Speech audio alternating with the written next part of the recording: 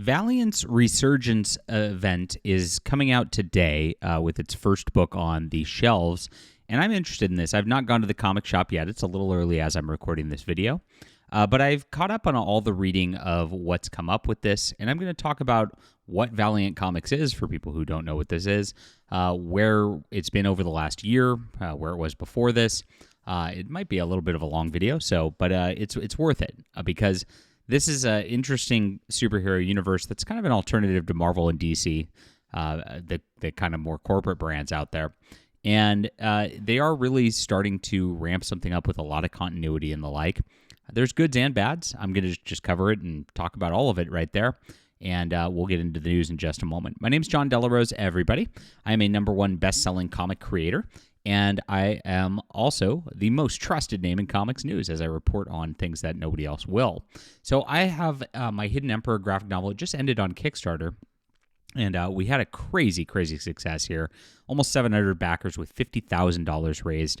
I've got it up on a pre-order store now. This is through BackerKit. You can just grab it pretty easily as we're getting ready to go to print right here. I've got different versions of it. This is the main one that shows all my physical comics I've ever created are on here.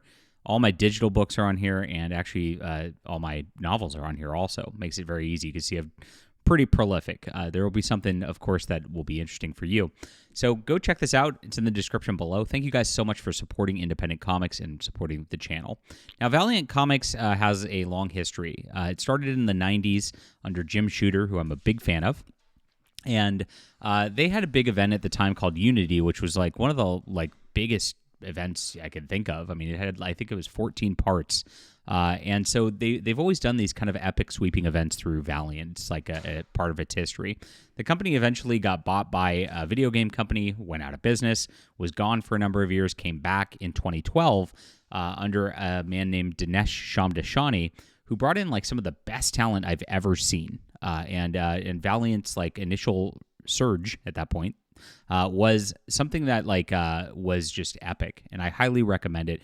I would recommend going and grabbing XO Manowar by Robert Venditti, and my other favorite was Rye by Matt Kent, and my other favorite was Harbinger by Joshua Dysart.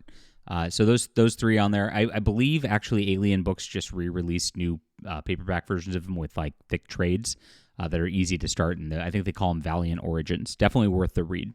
And that went on really, really well. A company called DMG then bought them, a Chinese investment company looking to get into multimedia in 2018. When they bought them, they kind of canned everybody over the course of a year because they wanted control over everything. They were going to move Valiant into movie properties and the like. They did a Bloodshot movie, which I actually liked. I know a lot of people didn't, but I thought it was pretty good. But it came out in the middle of the pandemic, so it tanked. It was a disaster financially. And the company just kind of put Valiant on autopilot. Now the comics were kind of coming out, but since everybody who was involved with it originally was gone, they replaced with talent that was a bit subpar for a few years there, and it caused a lot of problems. People checked out. Some of the stuff from that era was pretty unreadable. Then Alien Books was contracted to take it over. I believe Valiant licensed it out or made some kind of agreement for Alien to start publishing the Valiant properties. This started out with Alien finishing off a couple of the storylines from the last iteration of it. They came out with a couple of hardcovers, which were pretty cool, and I looked at those and I was like, wow, this is pretty nice production value. And then they started this event immediately thereafter called Resurgence of the Valiant Universe. And so they started it with a Road to Resurgence, they called it. And they had a whole checklist and everything. It started with a Valentine's Day special, kind of a weird one with a superhero deal to start there, as it was a romance-themed shorts, basically. It was actually pretty good, but as anthologies go, the anthologies don't typically do all that well in sales, so I'm like, huh. But it set up a couple of things, and actually internally, the stories connected pretty well. It was better than most comic anthologies I've actually read, and so I saw that, and I gave some kudos. It was a brainchild of Lissa Hawkins, who's now in charge of editorial there. Lissa put all that together, did all that, did a wonderful job on it, and I actually watched some interviews with her, and I guess she studied under Mark Grunwald, and Mark Grunwald was really heavy on continuity focus for Marvel. He brought a lot of the Marvel cosmology together, which if she studied under him, she's a good person to be running a superhero line and getting all this going. And what I've seen is actually over this whole thing, there's some books that have been good. There's been some books that have been not as good, and sometimes I don't know if it's a budgeting for some of the talent or what, but at least they've all kind of moved forward together in a continuity, and you've noticed it. It's very noticeable. They reference a lot of the original stuff out there. And I'll just go over, as we go through that happened. Bloodshot Unleashed Reloaded, came out of the old Bloodshot stuff. I mean, that's a tough title. Bloodshot Unleashed Reloaded. That wasn't one of my favorites, I gotta say. I didn't feel the tone of it. It was very closer. It felt more like a Deadpool story, if that makes sense. Whereas the Bloodshot from Jeff Lemire was very, very serious. So it was kind of a tone shift for me. That not my thing, but I don't think the quality was bad there. Britannia: The Great Fire of Rome. This one shot, even though it was a one shot, they did a couple one shots and two shots, which was odd. That was fantastic. Probably the best book out of this whole thing. Just grab that. Well, you kind of want to grab the Britannia stuff before that, but it actually tied Britannia into the Valiant universe, which was not done before, which was like a huge, huge thing. Got into some weird stuff. Livewire and the Secret Weapons, Punk Mambo. I was looking at those and I'm like, why are they doing these? Because those are characters that are not that popular among fans. So you're already starting off with like a Valentine's anthology, Britannia, which is an offbeat thing, Livewire and Punk Mambo, which are things that are not, like super popular sellers. It's like at that point, like I'm like, I don't know that sales are going to go that well because this relaunch is starting. And at this point, like you might be tuning out. A lot of fans might be tuning out already. Then you get into Faith Returns. Again, Faith is a character that most of the fans really don't like that much. Jody Houser did this, and it felt just like the old Faith books because Jody did those as well. I mean, I will say it brought the continuity along. Did Faith as Faith is. It's not for me and not for a lot of people, but that's a thing. So I was kind of like, this is a strange lineup. Why are they doing this like this? And why isn't there like a Unity book and a Rye book started right away? They do get to that eventually. And why isn't there a Harbinger book, which is still actually left out of this whole universe? I don't know why. But those sort of things were some of the more popular Valiant properties. So it's like, interesting. But they get into the Valiants. That's a superhero team, and it's a team book under General Capshaw, who comes out of the Exo Man of War stuff from earlier. And you get a good breadth of all the Valiant universe. Now, I thought this series, like as it went along, was okay. Some of the art was okay, not great, and the storylines. Well, it was fine. It didn't really connect personally very well, but that I find that is the case with a lot of team books. So right now, like again, we're into this and we're like, you got one book where I'm like glowing about it. You got the Valentine's special, which is cool, but again, a very niche project. I'm a little worried for like the direction of the Valiant universe. Exo Man of War Invictus was all right. Again, it spun out of the last Exo Man of War from the prior regime. And it does actually bring it right back to the Valiant universe, and ties it into continuity at the end, which is pretty good. I'm trying to avoid spoilers here for those who do want to read. Then we get into Rye, the Book of the Dark, and this is Dan Abnett's Rye. Again, this follows up on Dan Abnett's run from before, which there's a big oversized hardcover of it, and I did a review of. Fantastic. This was like a beautiful book. Loved it. So now we're getting into like, okay, so these are the characters that like Valiant is all about, and it's working pretty better.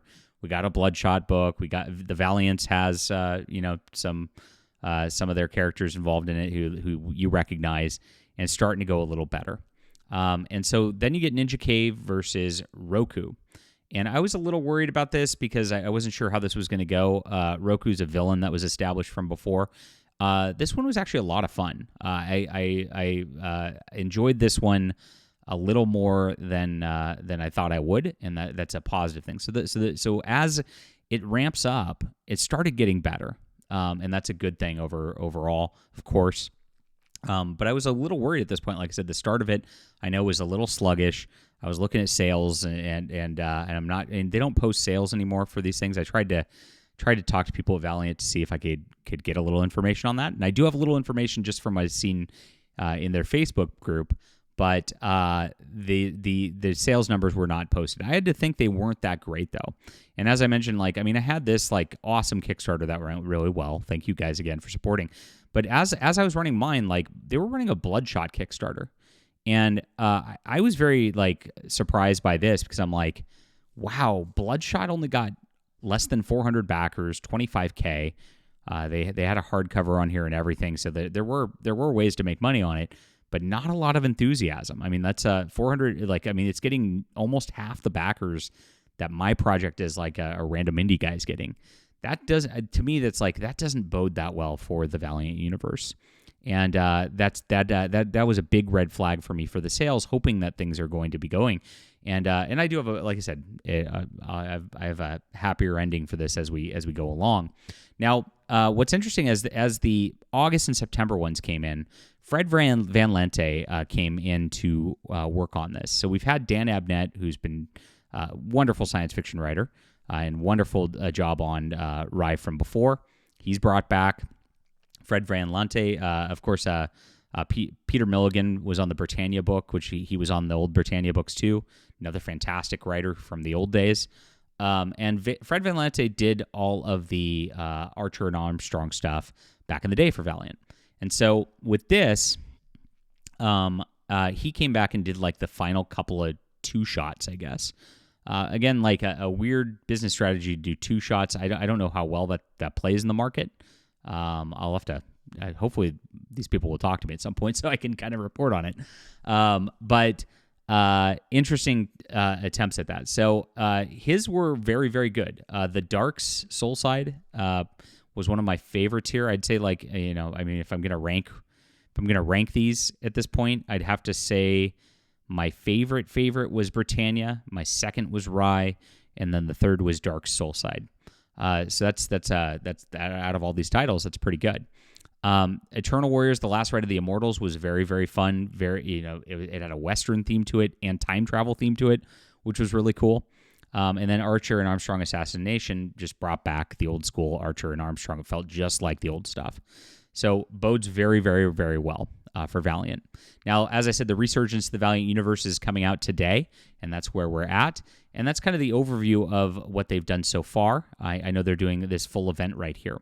Now, what they said in the Facebook group is pretty interesting, that that Resurgence is their top seller for all the Alien book stuff that they've done so far.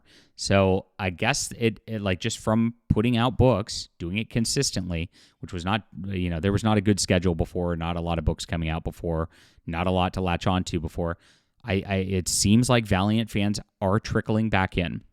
And the reason, they might not have right away is Valiant, we've been burned a lot of times. Companies have taken over. There's been reboots. Dinesh's was so good. It was it just outpaced the rest of the comic industry, and it fell so flat after that.